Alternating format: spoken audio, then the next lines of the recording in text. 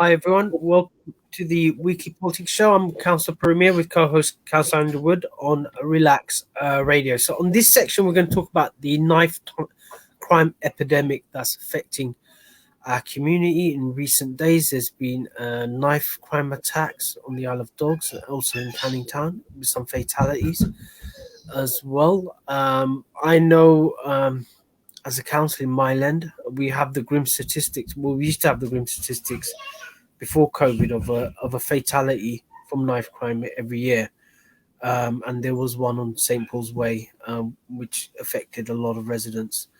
So it is an issue that's affecting our communities.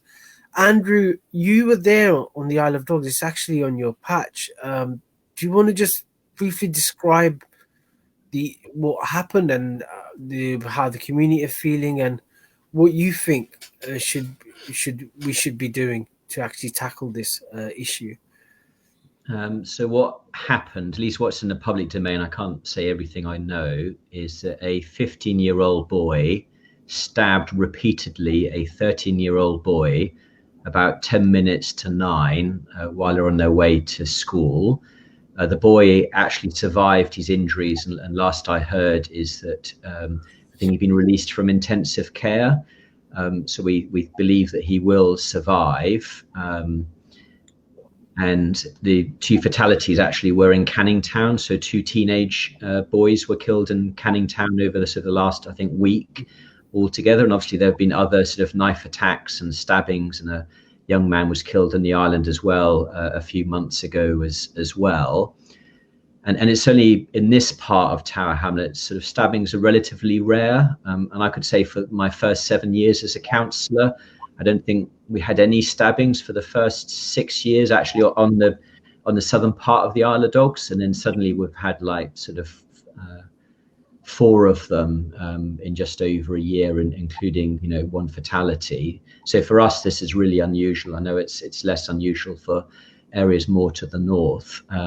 So obviously locally there's been a huge amount of comment about and what we can do about, and on all of the debates that you would expect about the causes and what's kind of, you know, what the reasons are for this happening, you know, whether it's sort of not enough police officers and the police cuts, or police stations being closed, or, you know, blaming parents, you know, so all the things, you know, talking about broken windows theory and different views on what's causing it. But one of the things that gets talked about a lot in England when we talk about knife crime is how Glasgow dealt with some of their serious sort of gang and knife crime issues. And they basically dealt with it as a public health issue. And what that means is, rather than kind of just looking at punishment and policing as a solution, you kind of look at sort of other things to try and treat the problem. And also particularly that you treat it as a long-term issue. It's not like, you know, you're going to crack down this weekend and, you know, look at, you know, search all the parks for knives. You know, the assumption behind what Glasgow did is, you know, this will take years, and you kind of treat it as a sort of public health issue, and you treat it differently from just being a policing issue. So a couple of nights ago, we had in the Health Scrutiny Committee a presentation about the health and wellbeing strategy in Tower Hamlets for the next 5 years.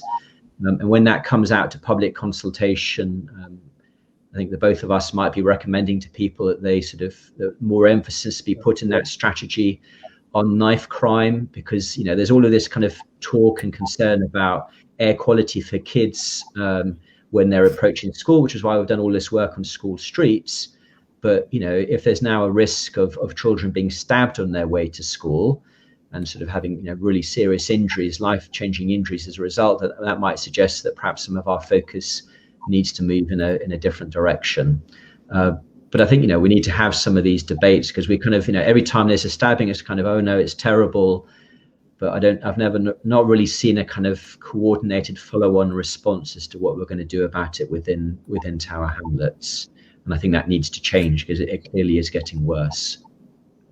Yeah, I think everybody talks about it, but no one seems to be doing anything about it. Like, I've been hearing about this public health approach to knife crime since I got elected as a councillor. Like, this is the thing we're gonna do. This is the way approach. But when actually talking to, say, the youth offending teams who actually have to deal with it, I had a conversation even today with one of the youth offending team, not Tower Hamlets but Newham, and they go, look, everybody talks about it, but nothing is happening on the ground. The main emphasis is still on enforcement, that we basically capture people and rehabilitate them, and but enforcement is too little too late in a lot of these incidences where we've got, say, 14-year-olds, 13-year-olds stabbing each other. It's just crazy. And when I actually see them in the dock, you got these massive security guards, and you got some little kid in the middle, and he's completely oblivious to what is actually happening, sort of ish. Like today, the guy took a comb out and started combing his hair, kind of ish, really oblivious, and he got remanded in custody, detention. That's it. Like he didn't get bail for it, but he was just completely oblivious. Kind of level of issues that we're dealing with. Just to actually, because by then someone's been stabbed or wounded, sort of ish. Yeah. So you discussed this in overview and scrutiny, did you, Andrew, when the health strategy or public health strategy came up for discussion? What did you discuss, and what was the response? Well, I pointed out that actually that morning we'd had a stabbing on the Isle of Dogs of this 13-year-old boy on his way to school, and the fatalities in Newham, and I mentioned sort of Glasgow. And I'm not saying that the Glasgow public health solution is the right solution, but it's one potential path, and we just need to be looking at other options other than just the purely enforcement one, because there are other things we can do as well in terms of youth activities and youth centres and all of that kind of stuff. But we need to be debating it. So yes, they sort of accepted it.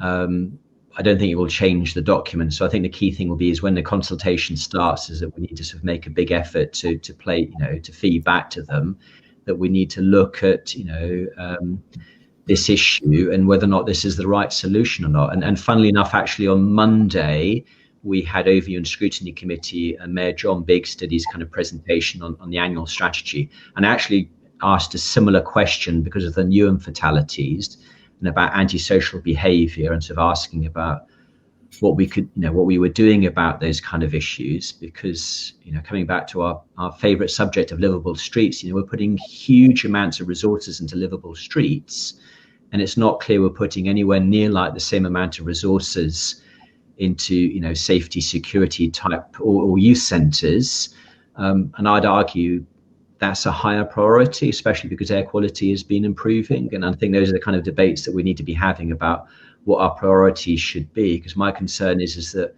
knife crime will just get worse, and then basically we're in an epidemic and we've done very little to head it off in advance. So this document's going to come out for consultation, and both of us have committed, so like we might as well announce it, that we're going to basically try to push knife crime as a public health issue up the political agenda. So how does the consultation work? Just to sort of like give, is it just on that website, or can people email in a letter, like a planning letter, saying to take this into consideration? So I'm hoping it will actually go onto the council's consultation website. I'm not trying to remember what it's called, which is actually it's a really good website. They put a lot of work into it. The only problem is that they're not very good at advertising when new consultations come out.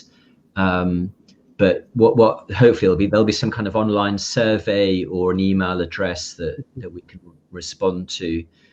So when it comes out, we'll let people know where to go and how to respond to it, or simply, if we have no other option, it's just simply, email the mayor at towerhamlets.gov.uk, simply asking for this to be taken more seriously. Because I know, and certainly in terms of the comments on social media, lots and lots and lots of people were deeply concerned about this issue, especially parents, because they worry. And some parents are talking about moving away because they don't feel safe here anymore, or they're not safe for their children. I think we need to come up with sustainable solution. I just want to talk about the experience I had in Mile End. So in St Paul's Way, there was a fatality of a local youth. He was in prison. He was in probation or on license. He was at risk because of I think he went in. He owed a lot of people money. He came out. They tried to collect, and in the end, they stabbed him, and that wasn't picked up. So a lot of people were really angry. A lot of local people were angry as well. They knew the family.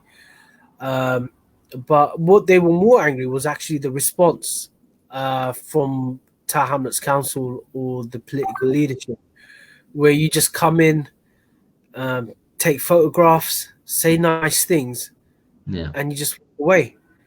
And people. So what happened was there was an event. I in consultation with the family decided not to attend the event, along with a lot of people decided not to attend the event.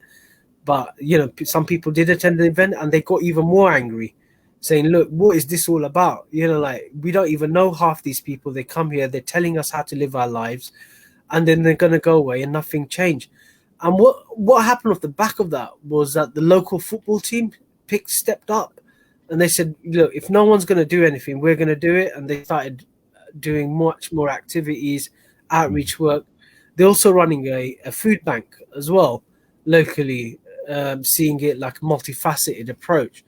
But to be honest, the response from the powers that be was disappointing. That the fact that, and now the local football team's having to pick up. But we need a much more of a sustainable solution and a sustainable message. At the moment, I feel that's not happening.